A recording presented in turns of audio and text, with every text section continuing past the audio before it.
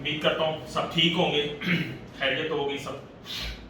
अच्छा, ये detail video, जैसा कि मैंने आपको अपने छोटी सी एक वीडियो में बताया था अभी थोड़ी देर पहले कि हमारे क्लाइंट्स का एक वीज़ा अप्लाई किया और कैसे हुआ, क्यों हुआ, किस तरह हुआ, आज कैसे अप्रूवल आई उसकी, इसकी डिटेल वीडियो हम बनाएंगे क्लाइंट के साथ बैठ के और अपने सोशल मीडिया प्लेटफॉर्म पे भी लगाऊंगा ताकि क्लाइंट को पता लग सके। दूसरे जो फ्यूचर एप्लीकेंट्स हैं हमारे, या जो माशाल्लाह करके हमारे जो कम्पिटिटर्स हैं, कुछ जो ना पसंद करते हैं, हमें उसे कोई गर्ज नहीं है, लेकिन वीडियो बनाने का मकसद सिर्फ यही होता है कि क्लाइंट्स को, जो फ्यूचर एप्लीकेंट्स क्लाइंट्स हमारे, उनको और दूसरे लोगों को पता लग सके काम कर रहे हैं। ये नहीं है कि हमने किसी का वीज़ा उठाया और लगा दिया, काम कर रहे हैं। अच्छा, पहली तो बात यह है कि अल्हम्दुलिल्लाह आज एक अच्छा दिन गुजरा।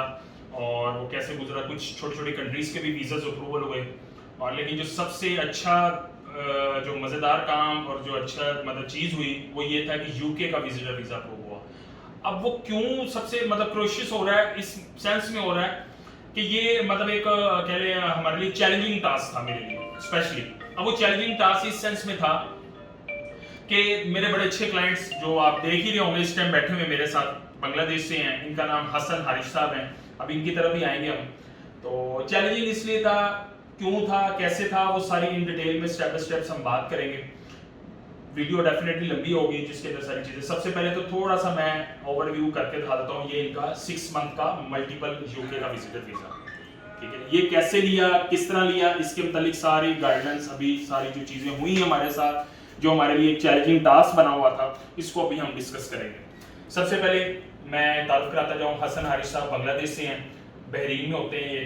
तो सर बहुत बहुत थैंक यू सो मच और बहुत बहुत मुबारक, कॉन्ग्रेचुलेशन कि आपने ये वीज़ा, यूके का विजिटर वीज़ा हासिल किया 6 मंथ मल्टीपल एंट्री के साथ। तो ये हसन हारिश साहब हैं। अच्छा हसन भाई, सबसे पहले तो आप मुझे ये बताएं कि ये आपका फर्स्ट अटेम्प्ट में हुआ कि सेकंड अटेम्प्ट में हुआ? मेरे को ये सेकंड टाइम में वीज़ा हुआ। सेकंड टाइम में।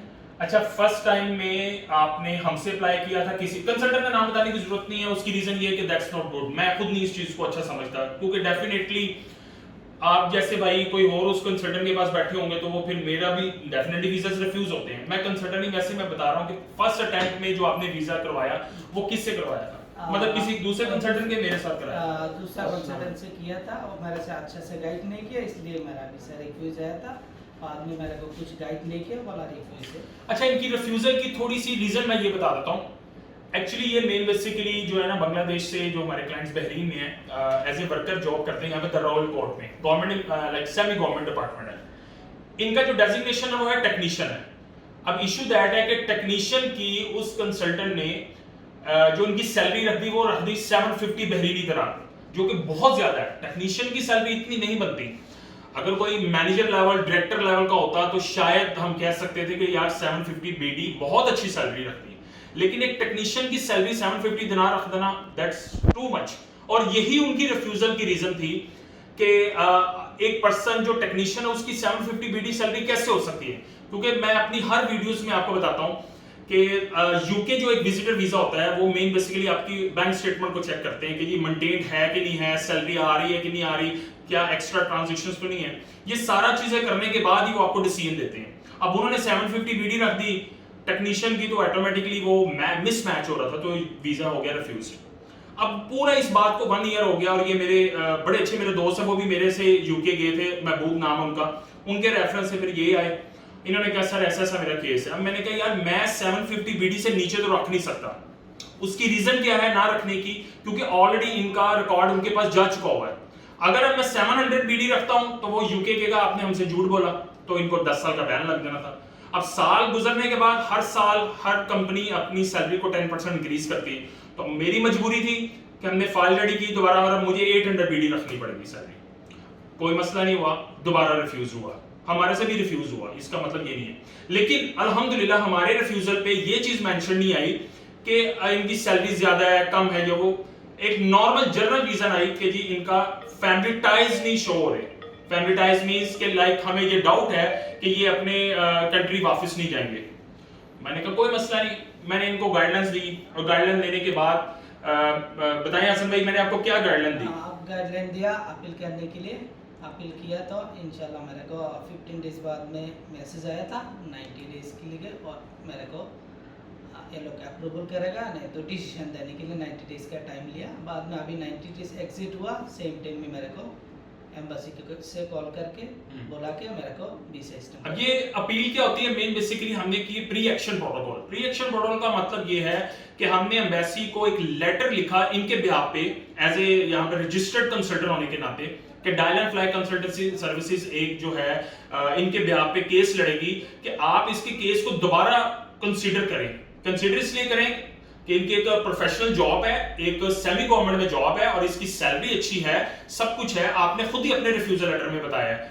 तो ये फैमिली टाइज डेफिनेटली जो एक पर्सन अपने कंट्री को छोड़ के आ रहा है तो उसके फैमिली टाइज उसके बांग्लादेश के साथ जो है मैच होते हैं, तो उसकी फैमिली ने वहीं पे रहना, इसके साथ थोड़ी रहना है। तो इस पॉइंट्स को लेते हुए हमने एक प्रॉपर एक प्री एक्शन प्रोटोकॉल का लेटर लिखा, जिसका नॉर्मली वो 14 डेज में ये या तो वीजा देते हैं या वो आपसे टाइम मांग लेते हैं या वो रिजेक्ट कर देते हैं दोबारा। तो अल्हम्दुलिल्लाह उन्होंने उस टाइम पे हमसे टाइम मांग लिया 3 मंथ का। 3 मंथ का टाइम ये मांगा कि जी आप जो है ना हमें रिकंसिडरेशन के लिए थोड़ा सा टाइम दें, जो कि 3 मंथ में हम आपको रिप्लाई देंगे।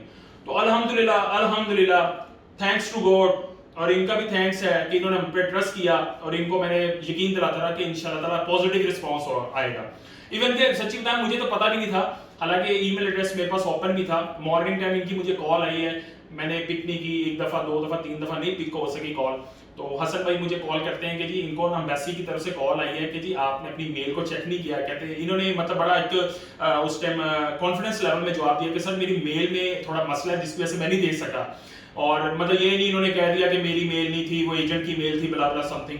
तो इन्होंने बड़ा एक उस टाइम ना एक अच्छा सा सोच के समझ के जवाब दिया। तो उन्होंने कहा आप अपनी मेल को चेक करें और आपका वीजा अप्रूव्ड हो गया है और आप जो है ना वीएफएस जाएं और वहां पे जाके वीजा लें। हसन भाई ऐसे ही है कि आपको सुबह कॉल आई थी, पहले एम्बेसी की तरफ से कॉल आई थी, एम्बेसी की तरफ से कॉल आके बोला बीएफएस में, तो फिर उसके बाद बीएफएस से भी आपको कॉल आई? हाँ बीएफएस से भी कॉल आया। कॉल आने के बाद में मैं बीएफएस में गया, मेरे को 1 आवर टाइम दिया, वो लोग सेम टाइम भी सिस्टम। अच्छा सेम टाइम। अच्छा मजेदार बात बड़ी अच्छी कि इनको उन्होंने वहीं पे बिठाई रखा, उन्होंने कहा कोई मसला नहीं, आप यहीं पे 2 आवर्स वेट कर लें, तो आपका जो है ना कल जो पासपोर्ट लेने आए तो यहीं पे आपको वीजा भी स्टैंप होके एम्बेसी की तरफ से मिल जाएगा। तो ये फिर वहां से गए हैं, अपना ईमेल का प्रूफ लेके गए हैं। अल्हम्दुलिल्लाह ये अगेन मैं दिखा रहा हूँ कि ये आज उन्होंने गए वहां पे सबमिट कराया पासपोर्ट और विदिन 2 आवर्स में वीजास को मतलब लेकर आए। और अभी ये थोड़ी देर पहले आए थे मेरे पास, ये माशाल्लाह स्वीट्स लेके आए हैं कि जी मैं आपके लिए लेके आया, क्योंकि ये चैलेंजिंग इसलिए था क्योंकि ऑलरेडी रिफ्यूज था, मेरे से भी रिफ्यूज हो गया, लेकिन मैंने चैलेंजिंग पे ये इसलिए समझा कि मैंने कहा जो मर्जी हो मैंने इसको विन करना है। और हमने एक अच्छा सा प्री एक्शन प्रोटोकॉल लिखा और अल्हम्दुलिल्लाह आज हसन भाई हमारे साथ बैठे हैं। और इवन के ये कल मेरे पास आए थे, कह रहे मैंने दुबई का वीजा लगवाना है, मैंने ट्रैवल हिस्ट्री मजबूत कर, मैंने कहा यार वेट कर लो, कोई मसला नहीं, अगर आपके पास यूके का विजिटर वीजा होगा, मैं वीडियो पे भी बताना मुनासिब समझूंगा, बताता हूं आपको कि यूके के वैलिड विजिटर वीजा पे आपको टर्की ई वीजा दे देता है, Moldova, Serbia, Albania, Georgia, Dubai, even के आपको वैलिड वीजा पे ऑन अराइवल वीजा मिल जाता है। तो मैंने कहा वेट कर लें, हो सकता है पॉसिबल इस वीक के अंदर या नेक्स्ट वीक तक रिप्लाई आ जाता है, तो आप यूके के विजिट को इस्तेमाल करते हुए दूसरी कंट्री में ऑन अराइवल चले। तो वही बात हुई, वो कहते हैं ना जब वक्त होता है तो वक्त होता है, ये अल्लाह ताला की तरफ से सारे मामलात हैं। तो अल्हम्दुलिल्लाह इनको आज वीजा मिल गया। अब ये है कि ये कह रहे हैं मैंने अब 2-3 इकट्ठी यूरोप कंट्रीज को घूम के आना है।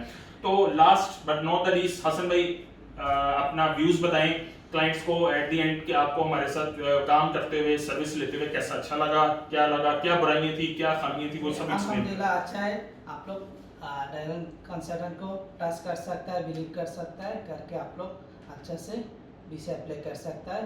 इंशाल्लाह आप लोग को वीजा मिलने का चांसेस है। Thank you so much viewers, दुआ में याद रखें। इंशाल्लाह किसी ने भी सर्विसेज लेनी होगी तो बायो में मेरा नंबर मौजूद है, आप ऑफिस भी विजिट कर सकते हैं और सर्विसेज ले सकते हैं। Thank you so much.